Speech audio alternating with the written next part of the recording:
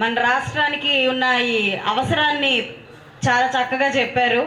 ఇది ఒక చారిత్రక అవసరం కాబట్టి మనందరం కూడా దీని మీద దృష్టి పెట్టి ఈ వచ్చే 6 రోజులు కావచ్చు, 7 రోజులు కావచ్చు, ఇదే శ్రద్ధతో ఇదే స్ఫూర్తితో మనం ముందుకెళ్ళి ఓటింగ్ అయ్యేదాకా ఉండాలి.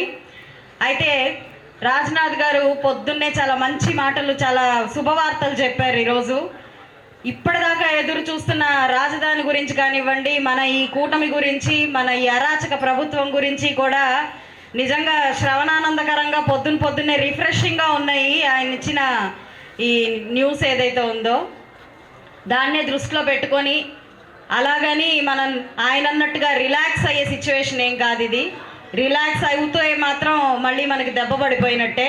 ఎందుకంటే గడిచిన 6-7 నెలల నుంచి చూస్తే ఎక్కడికక్కడ పోస్టర్లు మనం చూసాం, సిద్ధం సిద్ధం సిద్ధం అని.